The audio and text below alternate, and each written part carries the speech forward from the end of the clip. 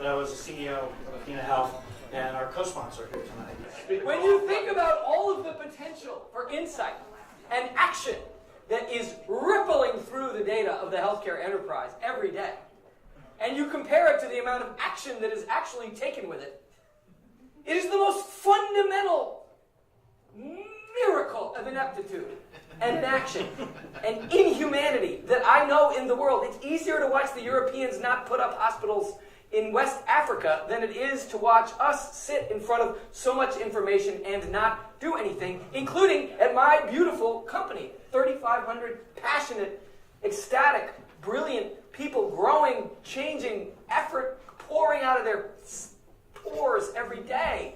And yet you see things sit for days.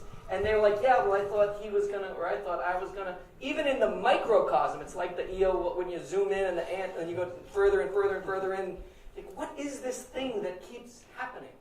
So Athena actually got started as a women's health clinic who couldn't get paid because we got kicked out of all the IPAs for reasons I can't get into without offending all of our IPA wonderful people in the room.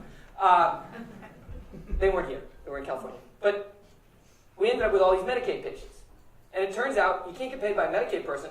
A, it's not much, but B, the Medicaid rolls actually turn over 100% a year. And so one day they're covered and the next day they're not, and the next day they're covered and the next day they're not. So all the data in the world is irrelevant the next day.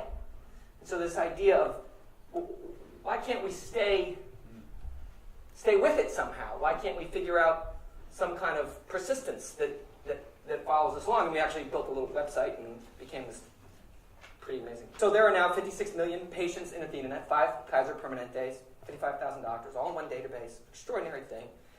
And a growing percentage of them actually make money if they can choose cheaper stuff. And if you look in the data and you look at the claims, you'll find that there's about an 80% variation in the cost of many of the little items, like mammograms or colonoscopy, things that I understand. I only look at things that I can, like I know what one of those are, you know. It's this 80% variation. So you go to doctors who have risk contracts, and all the data's in there, and you say, you know, why do you order from there? Well, you know, it's a place that she knew, and like, well, do you know how much it costs? Well, no. You know, it's not important. It's actually unethical, I'm told, to know, for me to make decisions based on cost is unethical. Well, I'm like, is that why we don't actually show? Because we have the data. We don't show. We fail. We don't show doctors how much stuff costs. Even though there's this 80% variation and 45 million people can't afford it. Even if the government's making us pay for it, we actually can't afford it. The fact that you have to doesn't mean that it's a good deal. And they don't know, and we don't tell them, and the noise is just playing, and we're not doing anything, or we're not doing as much as I thought. So my insight about data, it seems that there's so much. I would give half of it away. I'd give 90% of it away if we could act on 10% of it swiftly, decisively, and not necessarily uniformly. I don't want to get a peer-reviewed group handshake, all do it together. I just want to see people react and move, partly because I think it will improve the number of petri dishes spinning and experiments going, but I think more importantly because I think that is what I think of when I think of humanity.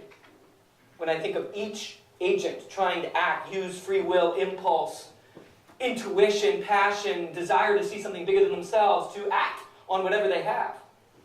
And so that's what I think of when I think of the Babel.